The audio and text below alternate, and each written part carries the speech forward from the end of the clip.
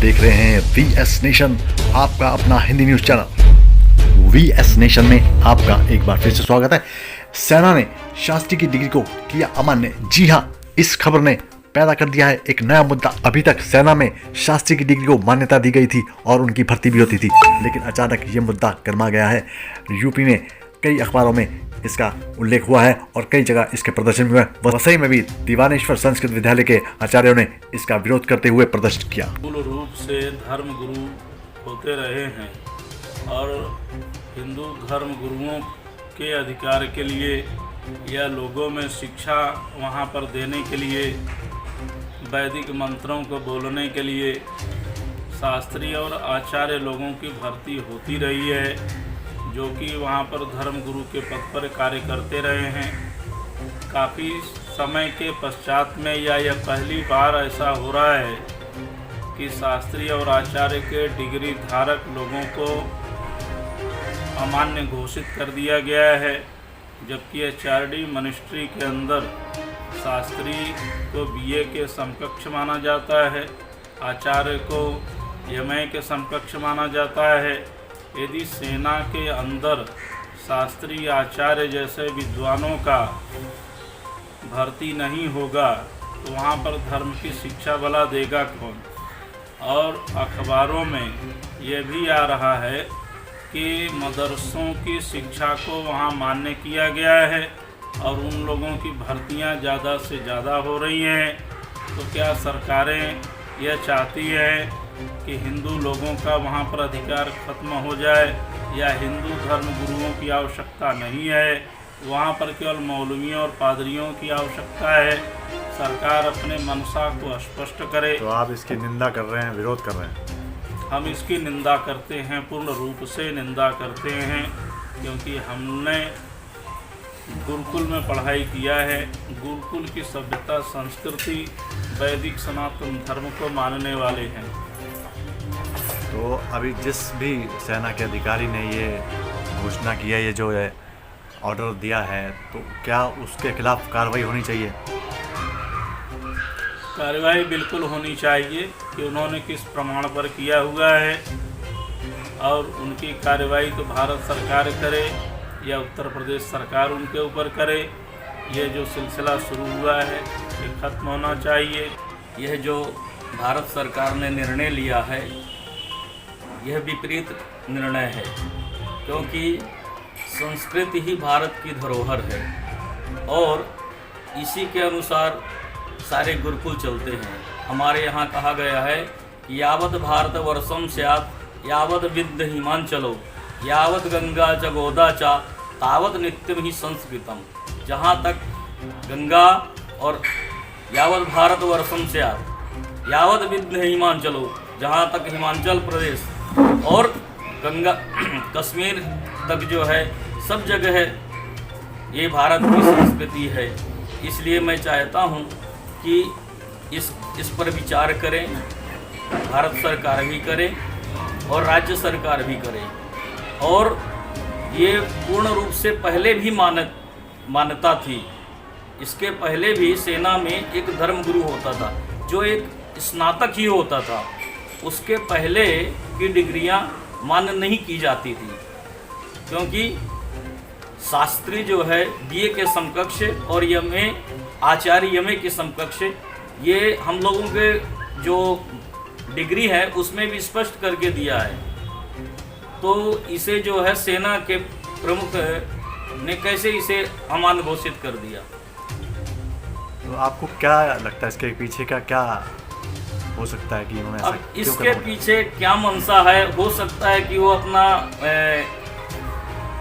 और भी कुछ मान सम्मान प्राप्त करना चाहते हों इस संबंध में आकर के, या कि बहुत दिनों से उन्हें लोग ना जानते रहे होंगे, तो भी सेना में भी कोई प्रमुख होता है तो शायद अपनी नाम की को जानने के लिए उन्होंने इस तरह से किया हो। पर मैं तो ये मानता हूँ कि प्राय करके ये जो उनका निर्णय है यह चलने वाला नहीं है। एक न एक दिन जो है इस पर यह है कि अभी तक ना तो कोई भारत सरकार ने न राज्य सरकार ने किसी प्रकार पर किसी ने भी उस पर कुछ अमल नहीं किया है। प्रभु जी, तो आप किस तरह इस चीज़ का विरोध करेंगे अब अगर वो वाकई ऐसा हो गया, आचार्यों और शास्त्रियों की उन्होंने अमान्य कर दिया गया सेना में, तो कैसे विरोध करेंगे? सबसे पहले तो कहना चाहूँगा कि कलयुग का प्रभाव सभी जगह है और उसका प्रमाण ये सेना की तरफ से जो निर्णय है उसमें दिख रहा है। कहा जाता है कि अगर किसी को भ्रष्ट करना है या किसी तंत्र को कमज़ोर करना है, ख़त्म करना है, तो सबसे पहले वहाँ पे जो धर्म है उसको नष्ट कर दो, उनका जो धर्म है उसको नष्ट कर दो। तो जब ना शास्त्री रहेंगे ना आचार्य रहेंगे, ये वाला भी आना तो निश्चित रूप से वहाँ पे किसी प्रकार का न धार्मिक अनुष्ठान होगा, न धर्म रहेंगे और न कोई धार्मिक विधि विधान या कार्य होंगे। परिणामतः कलयुग का नंगा नाच सभी जगह हो सकेगा और फिर मनमर्जी मनमानी तरीके से जो चाहेंगे लोग कर सकेंगे।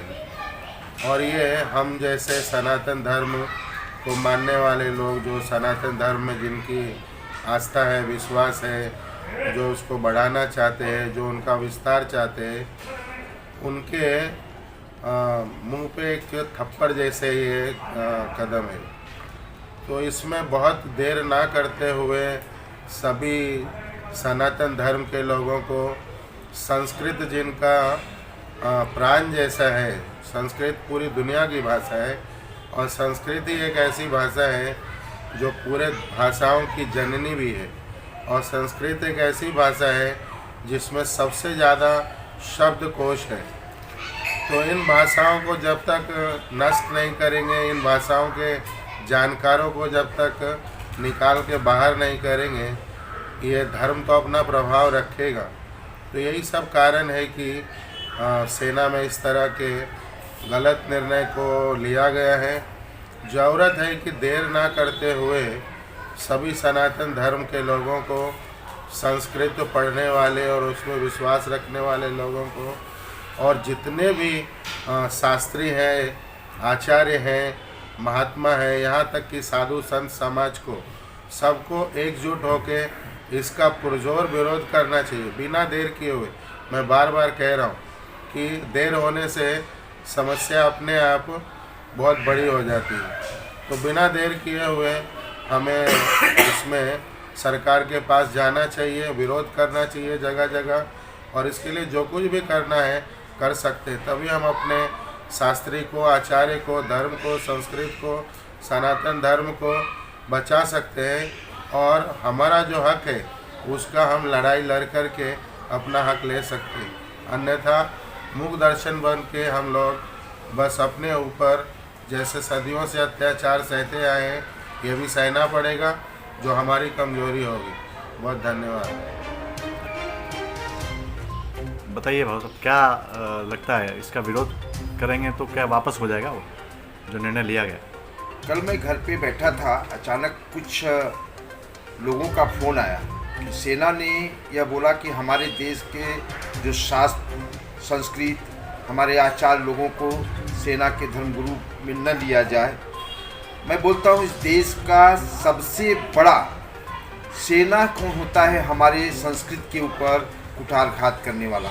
पहले तो जो व्यक्ति ने यह बोला है उसे हिंदुस्तान के, मैं प्राइम मिनिस्टर और यहाँ के सरकार योगी जी से कहना चाहता हूँ कि उसको बुलाकर उसे ये पूछे कि तुम्हें कौन अधिकार दिया हमारे देश को चलाने के लिए।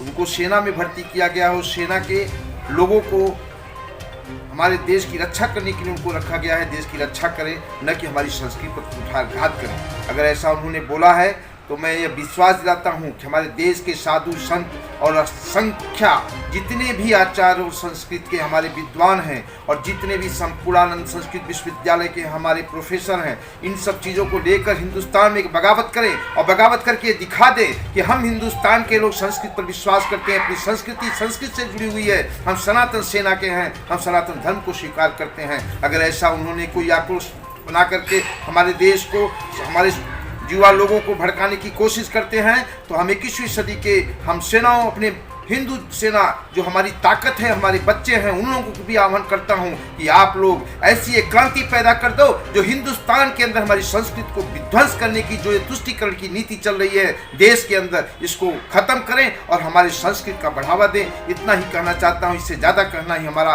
मूर्खता होगा। जय हिंद, जय महाराष्ट्र, जय संस्कृत। हमारी ये रिपोर्ट अच्छी लगी हो तो हमारा चैनल सब्सक्राइब कीजिए, लाइक कीजिए, शेयर कीजिए और बेल आइकन दबाना ना भूलें।